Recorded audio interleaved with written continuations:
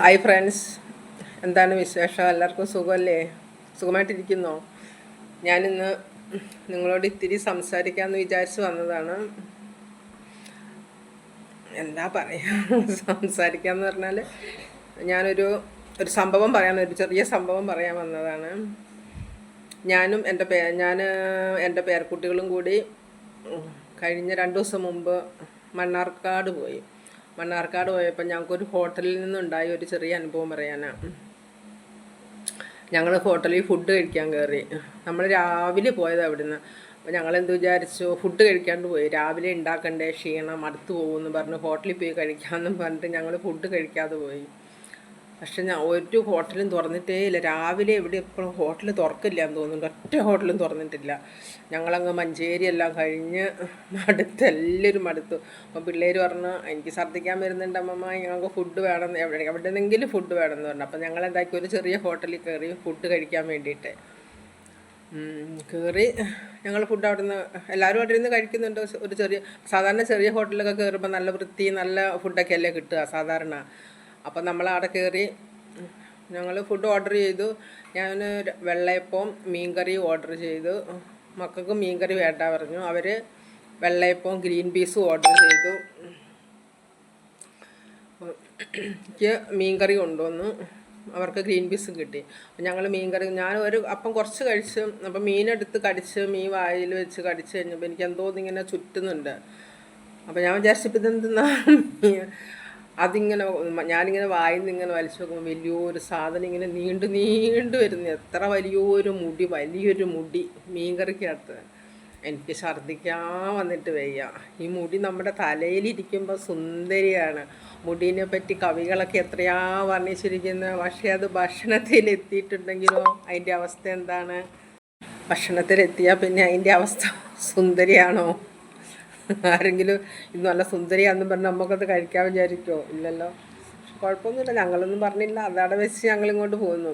ഞാൻ കടയിൽ ചെന്ന് അവരോട് പറഞ്ഞ്, പിന്നെ കാഷ്യറോട് പറഞ്ഞ് മീൻകറീൻ്റെ പൈസ എടുക്കണ്ട, അതിലിങ്ങനെ മുടി ഉണ്ടായിരുന്നു, അതുകൊണ്ട് എടുക്കണ്ടെന്ന് പറഞ്ഞു. പക്ഷെ നിങ്ങൾ ശ്രദ്ധിക്കണം, ഞങ്ങൾ ആരോടും പറയുന്നില്ല എന്നൊക്കെ പറഞ്ഞിട്ട് ഞങ്ങളിങ്ങോട്ട് പോന്നു. അല്ലേ, നമ്മളൊന്ന് ശ്രദ്ധിക്കേണ്ടത്. നമ്മൾ ഹോട്ടലിലൊക്കെ ചെല്ലുമ്പോൾ നമുക്ക് മേശപ്പുറത്ത് കൊണ്ട് തരുമ്പോൾ എന്തൊരു ഭംഗിയാണ് ഫുഡ് കാണാനൊക്കെ. നമ്മൾ അറിയുന്നുണ്ടോ ഇത് എവിടെ നിന്ന് ഉണ്ടാക്കി കൊണ്ടുവരുന്നതാണ്, എങ്ങനെയാണ് ഉണ്ടാക്കുന്നതെന്നൊന്നും നമ്മൾ അറിയുന്നില്ലല്ലോ. നമ്മൾ പുറത്ത് പോയി കഴിക്കുന്നു, നല്ല സ്വാദോടെ കഴിച്ചു പോരുന്നു. പക്ഷേ അവസ്ഥ എങ്ങനെയൊക്കെയാണെന്ന് നമുക്കറിയില്ലല്ലോ. അതാണ് നമ്മൾ ഹോട്ടലുകാരൊന്ന് ശ്രദ്ധിക്കേണ്ടതാണ്. ഫുഡ് കൊടുക്കുമ്പോൾ എല്ലാവരും വന്ന് വിശ്വസിച്ചിട്ടല്ലേ ഹോട്ടലിൽ നിന്ന് ഭക്ഷണം കഴിക്കുന്നത്. പല്ലിനിട്ട് വെച്ചതാണോ പാറ്റേനിട്ട് വെച്ചതാണോ ഒന്നും നമുക്കറിയില്ലല്ലോ. നമ്മളിങ്ങനെ ആ ഫുഡ് ഞങ്ങൾ കഴിച്ചു. അപ്പം എനിക്കിങ്ങനെ ഒരു കഥ ഓർമ്മ വരികയാണ്. നമ്മളെല്ലാവരും പറയും നമ്മൾക്ക് ഏറ്റവും വലിയ ദുഃഖം പുത്രദുഃഖമാണ്, സമ്പത്തില്ലാത്തതാണ്, ആരോഗ്യമില്ലാത്തതാണ്. പക്ഷെ അതൊന്നും അല്ല മക്കളെ. നമുക്ക് ഏറ്റവും വലിയ ദുഃഖം എന്ന് പറഞ്ഞാൽ ദാരിദ്ര്യ ദുഃഖമാണ്.